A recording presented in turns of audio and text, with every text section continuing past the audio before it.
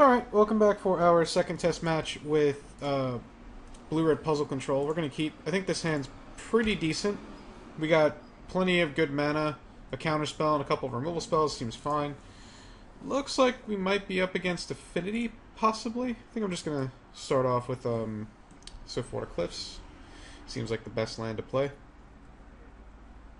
Yep, it's Affinity. No turn 1 play, though, which is good. And we're going to get to Lightning Bolt that. That is actually huge, because usually Lightning Bolt... Oh, even better, we get to Firebolt it.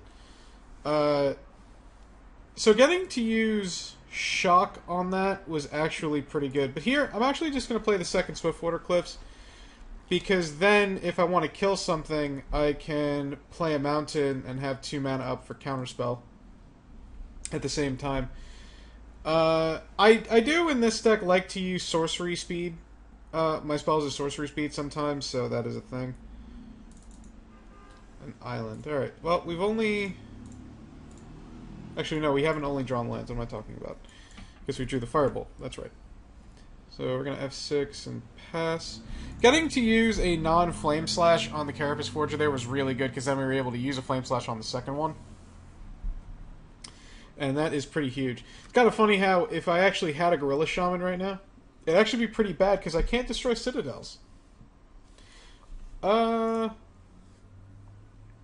think I'm going to counter this Thoughtcast. I think countering the Thoughtcast is perfectly fine here. Because they played they played another... another citadel, which might mean that they're kind of screwed on colored mana. Or that they're just looking for action. And that was pretty much the perfect draw. Right there. Deep Analysis, or just anything, you know, that draws cards. And, oof. There we go. Pieces of the puzzle and an Exclude. Seems pretty good. And my opponent's playing nothing. So they might be screwed on the color red here, which is pretty interesting. I think I'm just going to put the Boilerworks into play, return the Mountain, and keep up Exclude. I'm not going to Piece of the Puzzle, because I don't really need anything specific right now. So that is something to keep in mind. Drum is perfectly fine. There's no Frogmite or anything on the board, so there's nothing to worry about. Well, there's a Flurry of the Horns. I could just go for Flurry of the Horns now. 1, 2, 3, 4, 5. But I think I'm just going to go for Pieces of the Puzzle. The reason why is I kind of want to be able to counterspell on the same turn that I go Flurry of the Horns. Well, we get to throw away 3 lands we didn't want, and we have a Dual Shot and a Lightning Bolt. I guess together these kill something, but basically I don't want to play Fury of the Horns, have my pants down, and then my opponent goes a Tog, and I'm like, oh, I can't deal with it. Alright. I think we'll just play out the Mountain for more colored mana. 1, 2, 3, 4, 5, 6, 7. I think here we can just Deep Analysis, just take the time to do it. Drew an Accumulated Knowledge, that's pretty good, and a Logic Knot, which is pretty insane. So I'm going to discard the Dual Shot and the Mountain, because I want to be able to gain the 2 life with the Radiant Fountain. I think that's better right now. Just to play for the later of the game. Prophetic Prism. 1, 2, 3. I'm actually going to counter that, surprisingly enough. 1, 2, 3, 4. And leave up Exclude as well. I'm actually going to counter that. My opponent goes Simian Spirit Guide right now. I'm going to be really upset. Just going to point it out. The reason why I'm countering this...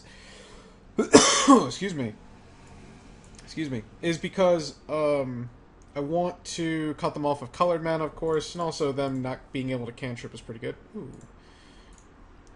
Alright. So this game should all be but about shored up, I think, at this point. 1, 2, 3, 4, 5. Go ahead and cast Flurry of the Horns. And we'll get in for 4.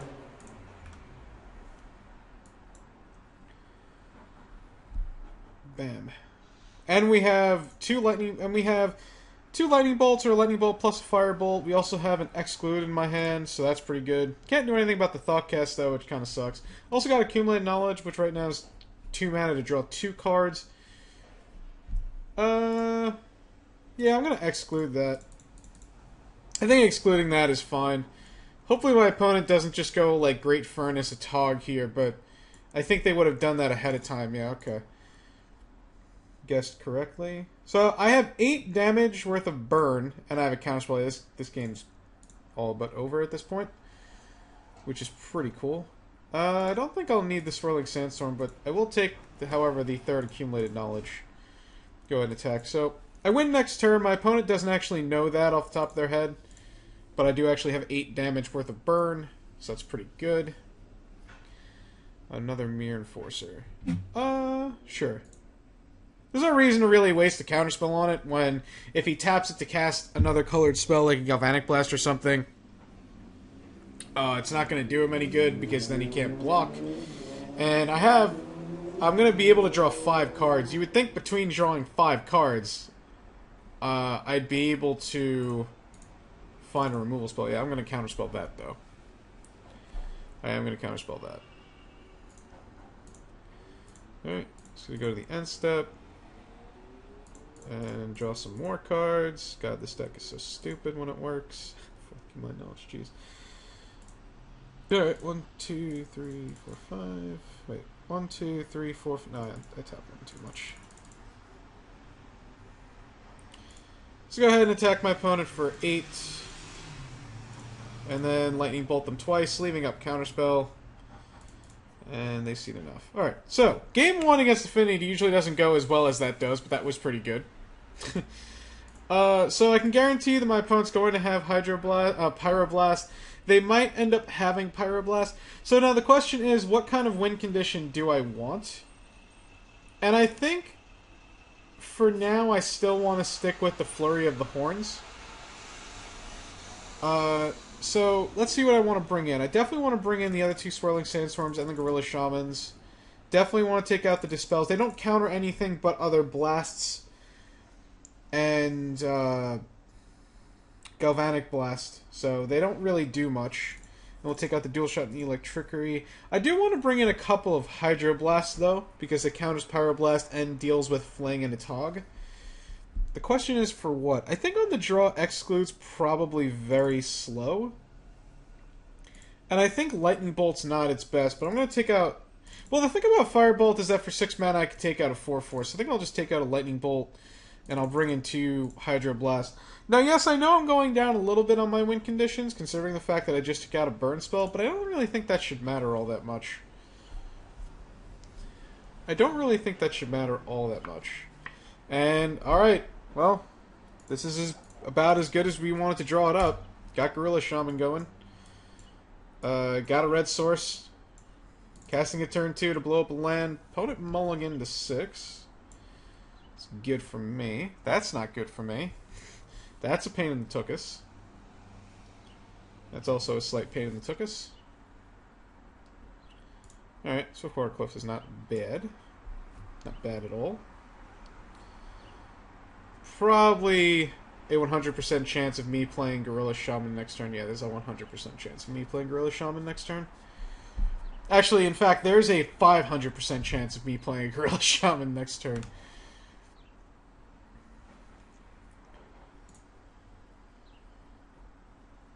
Alright, go Island, Gorilla Shaman. Magical Christmas Land engaged. And now, the cool thing is, I can even block if I want to, because I don't think Gorilla Shaman's going to do all that much for the rest of the game. Like, I don't really have mana to use him. So I could actually just block here, but I don't think I want to, because I can always just play a land next turn and blow up the Flare Husk.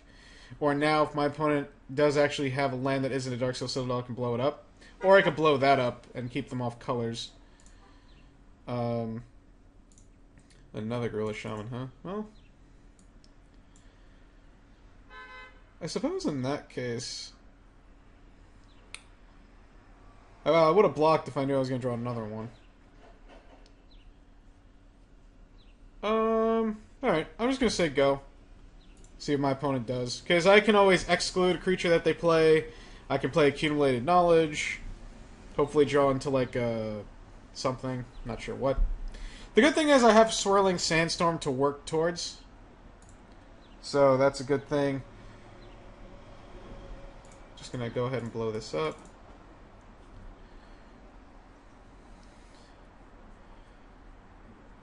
And I will take 2. I want a 4th land before I go Pieces of the Puzzle, which is kind of unfortunate that I don't have a 4th land. Not that I'm complaining at this point, but I do need a 4th land if I'm going to use Pieces of the Puzzle so I can start putting cards in the graveyard for Swirling Sandstorm. Alright, so they drew a Great Furnace, and they played a Prism. Okay. 4th land here would be great. That's also good, actually. That works. Yeah, that works. That works great. That actually works great. Did I forget to attack last turn? Oh, no, the reason I didn't attack last turn is because I was thinking, well, I blocked the 1/1 Germ, and I was going to blow up the land. Or something like that, but in case I had to block, I guess, but... Alright. Springleaf Drum. Okay. I guess I could just go Pieces of the Puzzle now. Yeah, I might as well while I have nothing else to worry about. Probably going to put like 5 lands in the graveyard. Oh wow, I was never drawing a land. Alright, well, we're going to take the Counterspell and the Preordain, I think, and we'll bin the other Accumulated Knowledge since I don't really need it. And the Exclude is too slow, and the Lightning Bolt's not really going to do all that much at this point. So we're just going to take the 2 cards that I can reasonably cast, and we'll attack. And I have to discard now. I can discard the Exclude. I think between the Piece of the Puzzle, the Swirling Sandstorm, and everything else, I think I have enough gas left in the tank to do stuff. Oh, God. Is this a Thoughtcast? No, I think it's a Galvanic Blast. Yep, Galvanic Blast. Opponent must have just drawn that off the top, or else I have to suspect they would have done it last turn. Alright. Lightning Bolt. Sure. Preordained for lands? I need lands, man. Jeez. Alright. Not the perfect land, but... I'm going to return the... No, I guess I can return the island. And I'll play out this other Gorilla Shaman and pass the turn. Just so I don't have to discard. If the Gorilla Shaman dies now, I don't really think I care all that much. I'm very, very far ahead. It does kind of suck, but my opponent would actually have to draw a Galvanic Blast off the top to kill it. And if they don't kill it this turn, I get to untap with a counterspell and start protecting it and winning the game. So this is kind of the game plan against a deck like Affinity. It's kind of boring, but, I mean, win's a win, right? So what do you really care? Alright, opponent said go. Play the land, attack for 1. We are not playing this Flurry of the Horns anytime soon. So we're just going to hit for 1 and say go. Opponent could also have Hydroblast in their hand. That's something to consider. Wow, they still haven't drawn another land. Not that it would really matter anyway at this point. Alright, let's go ahead and draw a couple cards. 1, 2, 3, 4, 5. Okay. Unfortunately, I am going to have to discard here. Fortunately, I have some cards I can just discard away, such as Deep Analysis. I'm going to return the Radiant Fountain, and I think I'm going to discard it. I don't think I'm going to need it at all whatsoever anymore. So I'm just going to pass. And discard Radiant Fountain and Deep Analysis, and pass the turn. You really want the colored mana at this point. You know, there isn't really much else to say about that. At this point, you just want as much colors, because you want to be able to cast as many colored spells as possible like that. So let's go ahead and get in for 1 again. And we're going to pass the turn. Again, I don't... The thing is, I don't want to cast Flurry of the Horns and have it get Hydroblasted. So what I'm going to do here is I'm just going to start destroying my opponent's artifacts. So this costs 5, so 4, 5. I'd rather destroy that and then worry about it later. Another Boilerworks. Okay, even that person is pretty excited about it. So we're just going to attack. I mean, I could get aggressive and everything, but I know I'm winning this game, so I just would rather take it slow and be steady and win the race. Let's go ahead and blow that up. My opponent can draw a card if they want. I mean, well, they have to. It's not a may. Yeah, that's pretty much how the game goes. Okay, so, first off, I can tell you this. I love this deck. It's right up my alley. It's way funner than Blue-Black Teachings. Yes, Teachings is fun because you have Mystical Teachings, but Piece of the Puzzle kind of acts just like Mystical Teachings in this deck, considering the fact that some cool interactions is you're filling the graveyard for Swirling Sandstorm. You have flashback spells like Deep Analysis and Firebolt. You can discard away accumulated knowledges, and then just gain more anyway. You have all the tools in the world that you need, and Flurry of the Horns, it really is just that good of a win condition. It is perfectly more than enough. My one piece of advice when playing Flurry of the Horns like this is you have two situations you want to play it, and unless special circumstances, of course, like if your opponent's mana screwed and things like that, you can play it, but you only have two situations where you really want to play it, in my opinion. Either when your opponent's in top deck mode, meaning they have no cards in hand, or one card in hand and you have a counterspell and you're on 7 mana. You never want to tap out for this card. You never want to tap out. This deck never wants to tap out, ever. It always wants to have mana up to react to whatever your opponent is doing. Or when you have, like 10, 11, or 12 mana, and you're so far ahead, you have like 6 or 7 cards in hand, you can afford to go Flurry of the Horns and have 6 mana up to go Logic Knot, or Counterspell, or Removal, or anything of the sort. That is when you play Flurry of the Horns. As far as when you play Pieces of the Puzzle, you want to really play Pieces of the Puzzle when you have like 6 or 7 mana out, so that you have more than enough mana to where if you're pitching mana away off of Pieces of the Puzzle, it's not that big of a deal. Because this deck is very, very mana hungry. So keep that in mind. The best draw spell in this deck, in my opinion, actually is Deep Analysis for what this deck is doing. I'm definitely going to try to work a third in. I don't know where. If any of you have any ideas on where to throw them in, or, Lobo, if you ever see this video, if you like my idea of putting a third Deep Analysis in, let me know. I'd love to know where to put it. As far as the Radiant Fountains are concerned, I can tell you that off-camera they were more usable. We kind of played in 2 matches where they weren't really worth it, I guess, but we never had mana problems anyway, so whether or not they should be more islands, more mountains, more dual lands, more, or even an effect like Ash Barrens, I'm not exactly sure, but that's remained to be seen.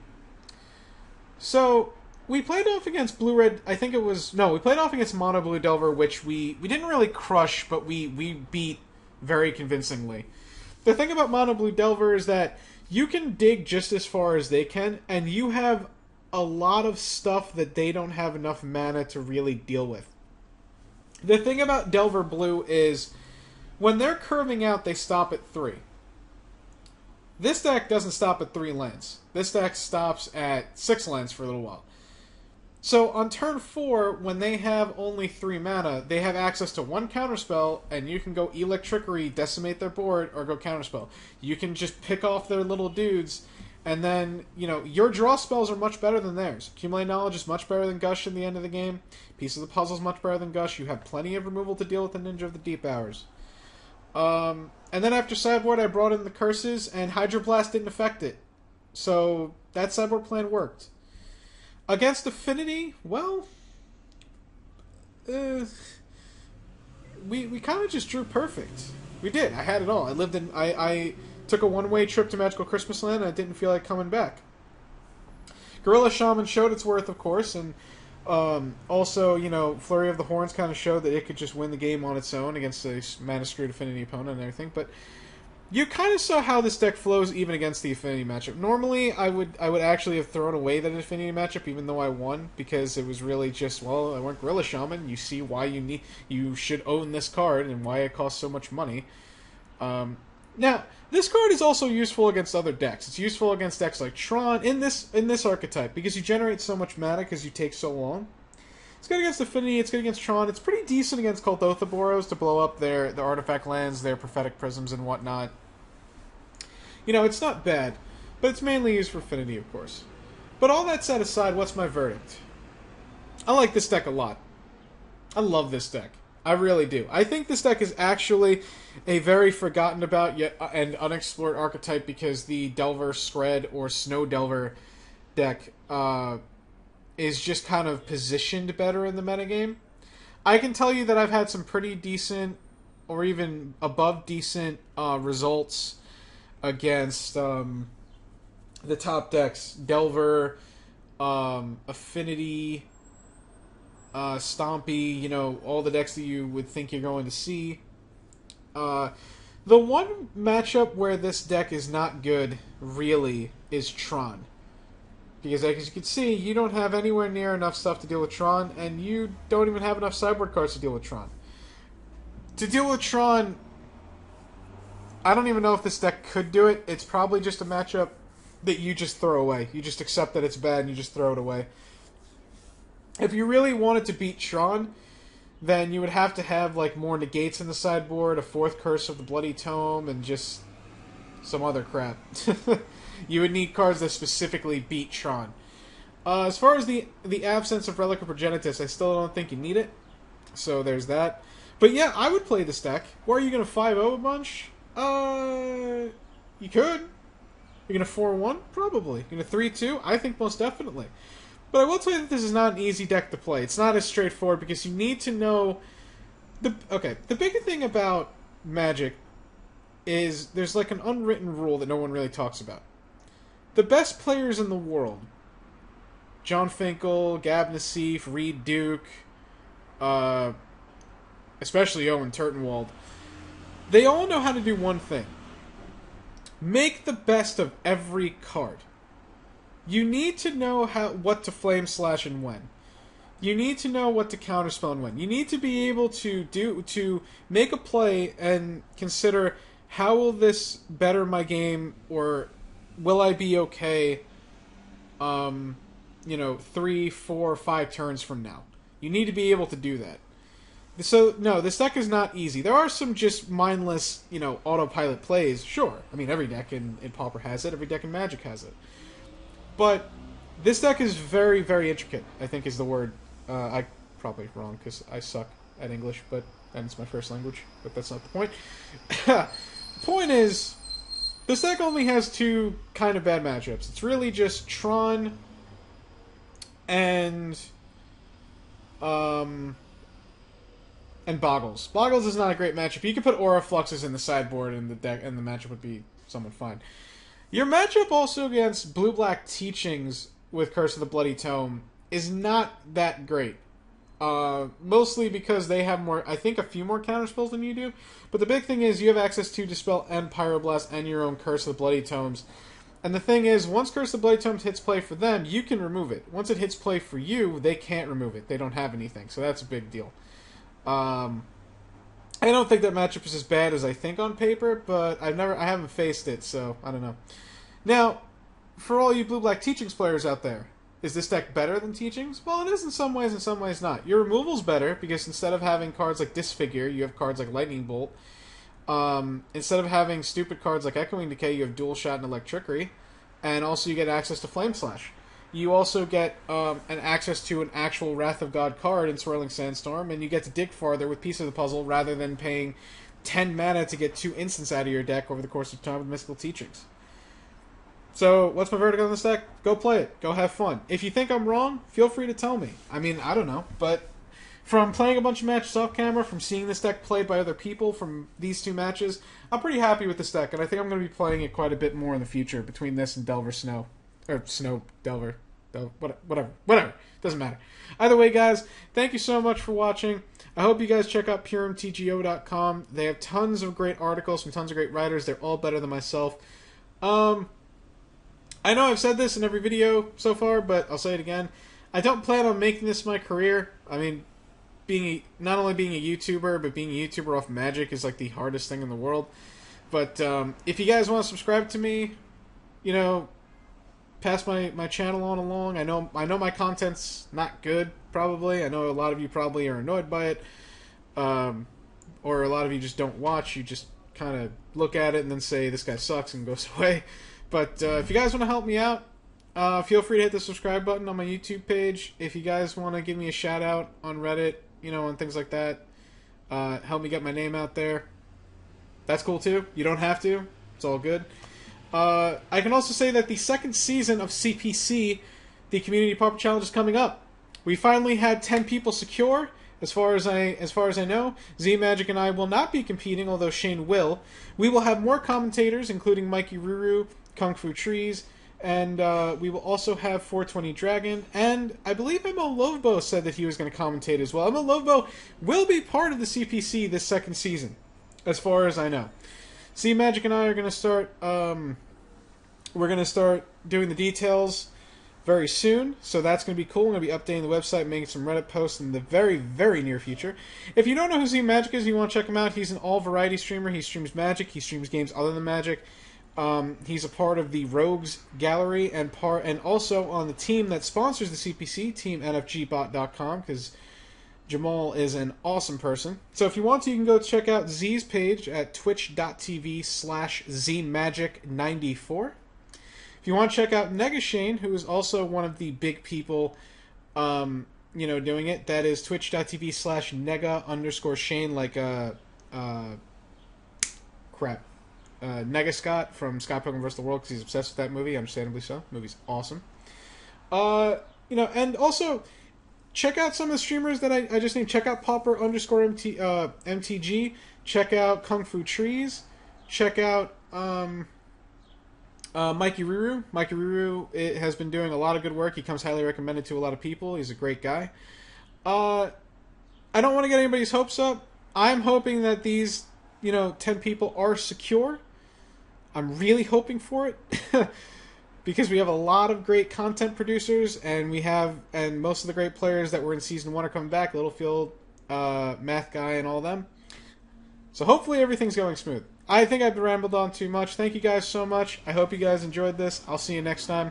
Thanks for watching.